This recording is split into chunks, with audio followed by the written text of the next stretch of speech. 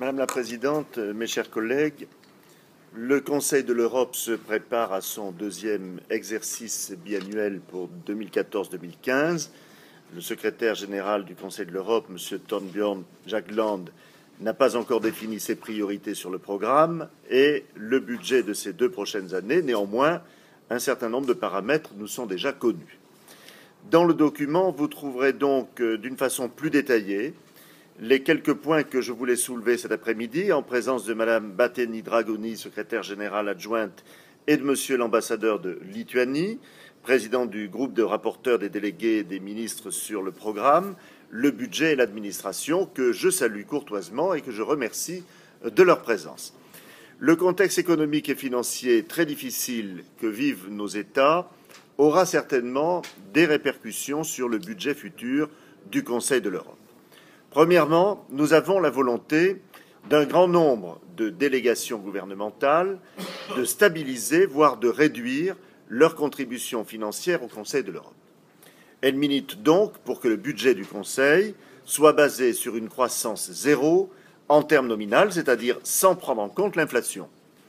Deuxièmement, il existe une obligation pour le Conseil de l'Europe de prendre en compte un certain nombre d'ajustements obligatoires, notamment le paiement d'échelons aux agents pour un montant de l'ordre de 1,5 million d'euros, chiffre qui doit être naturellement affiné.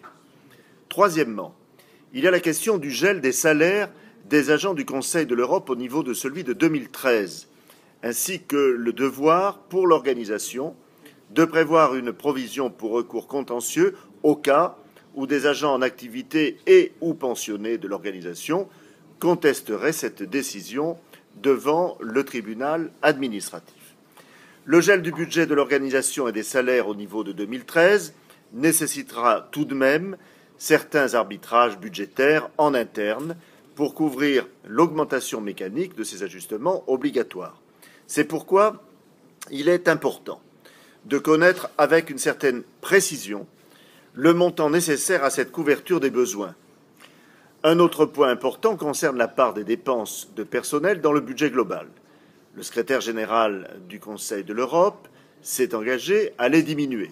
Effectivement, entre 2010 et 2012, une quarantaine de postes ont été supprimés du tableau des emplois. Cette politique de réduction des effectifs va-t-elle continuer au cours des 2 prochaines années? Si oui, serait-il possible d'en connaître le nombre approximatif et les modalités?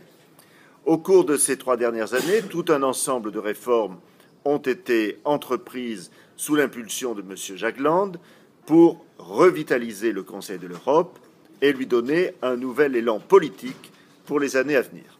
Il serait utile et intéressant d'avoir un bilan précis et objectif de ces réformes. Maintenant, quelle doit être notre attitude vis-à-vis de ces défis? Une croissance limitée pourrait être défendue car le Conseil de l'Europe est une organisation bien gérée qui rembourse à ses États membres le reliquat du budget ordinaire non dépensé de l'année précédente. En général, ce reliquat représente environ 1,5 million d'euros, c'est-à-dire l'équivalent de 0,7% de la contribution versée par chaque pays à ce budget. Ce montant correspond approximativement à la somme dont le Conseil de l'Europe pourrait avoir besoin pour couvrir ces ajustements obligatoires.